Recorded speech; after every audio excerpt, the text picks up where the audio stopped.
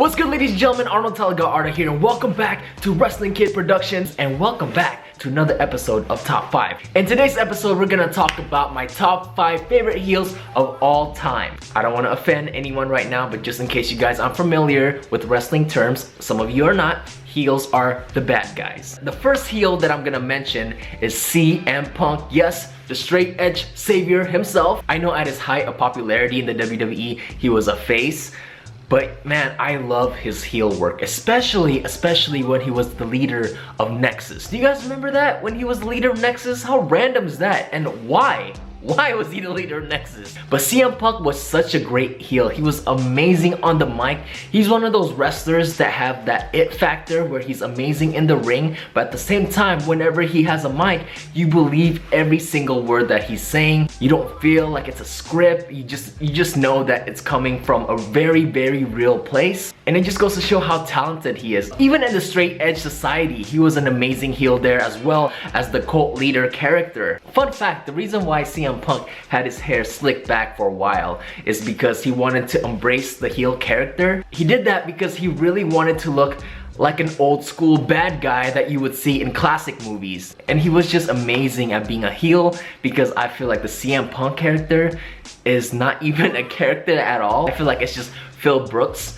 turn all the way up, and that usually is what works when you're yourself but just crank all the way up. It worked for Stone Cold Steve Austin, it worked for The Rock, it worked for Shawn Michaels. They were just basically playing an exaggerated version of themselves, and that's why CM Punk was so great as a heel. The second person that I feel is one of the best heels of all time is none other than the Viper, Randy Orton. Randy Orton is just way too talented to the point where it's not fair.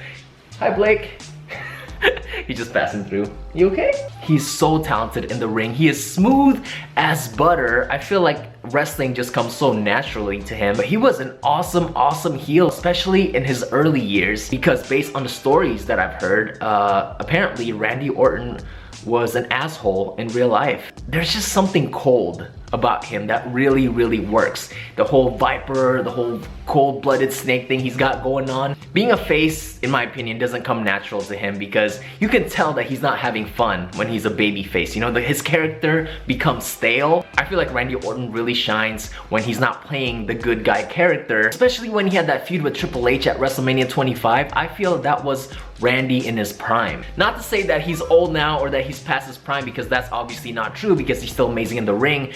But as far as his character goes, I feel that you just hated him, especially when he went after Triple H's family. You just wanted to punch him in the face, but that's when you know that you're doing a great job as a heel. When you get fans to genuinely want to sock you in the face, you've done your job. Cody, formerly known as Cody Rhodes in the WWE, was so underused. The creative team didn't really have that confidence to give him the main event spot. That's why he was always a mid-carder. But just like the people in this list so far, he is one of those wrestlers who has the mic skills, who has the character, and also has the athletic skills to back it up. Cody was given so many gimmicks in WWE. A lot of them were super cringy. A lot of them most wrestlers can't pull off. The biggest one that he really pulled off that was almost impossible was the Stardust gimmick. No one could have made Stardust work except for Cody. I personally love the Stardust character. He reminded me of an old school comic book supervillain. He kind of had that Joker vibe from Batman, and Cody just nailed the part, and he was so great at it, and I felt like he should have had a bigger and better storyline than just, you know, being shoved with the Ascension. But finally, he left the WWE to pursue his dreams in the Indies, and that's where he started to shine. Right now, Cody is my favorite heel of all time, because he has that old school look, that old school Ric Flair look. You know, he's always rocking his suit. He bleached his hair platinum blonde, and when he was the Ring of Honor World Heavyweight Wrestling Champion, he literally had a Ring of Honor, and he made people kiss the ring. It doesn't get any more heel than that. The fourth person is gonna be a little tricky, because he's technically never a full-on heel in the WWE, but if he ever turned into a bad guy, I think he would do a super amazing job at it, and that is Dean Ambrose. He was a heel when he entered as part of the Shield. He never really got a chance to shine on his own. When the Shield broke up, he was a babyface, and even though his character was getting momentum as he was having that rivalry with Seth Rollins, he wasn't a bad guy. His role was the babyface and Seth Rollins was the heel. And when WWE finally decided to give him the ball and put the WWE Championship on him, his character became stale, and I think a huge part of that is because of Stone Cold Steve Austin. Through no fault of his own though, Stone Cold had Dean Ambrose in his podcast on the WWE Network, and Stone Cold Steve Austin called Dean Ambrose lazy. He literally said that to his face. He felt that Dean Ambrose was being lazy, and obviously that buried him right away. So that kind of killed the push that he had.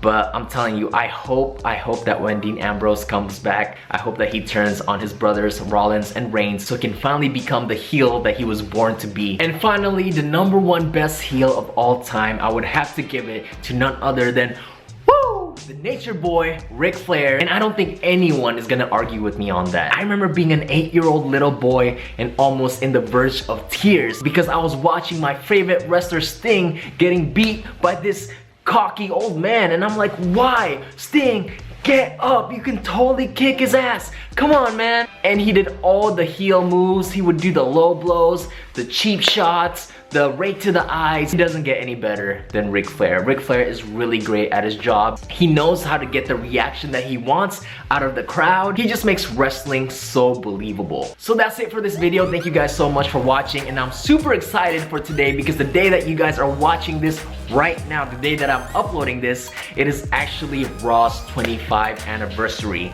and that's going down tonight. A lot of legends are gonna be there. The Heartbreak Kid Shawn Michaels, Stone Cold Steve Austin, The Undertaker. So make sure you guys come back tomorrow because I'll be reviewing tonight's episode of Raw. Join the WKP fam and subscribe, and until then, I'm tapping out. I'll see you guys next time.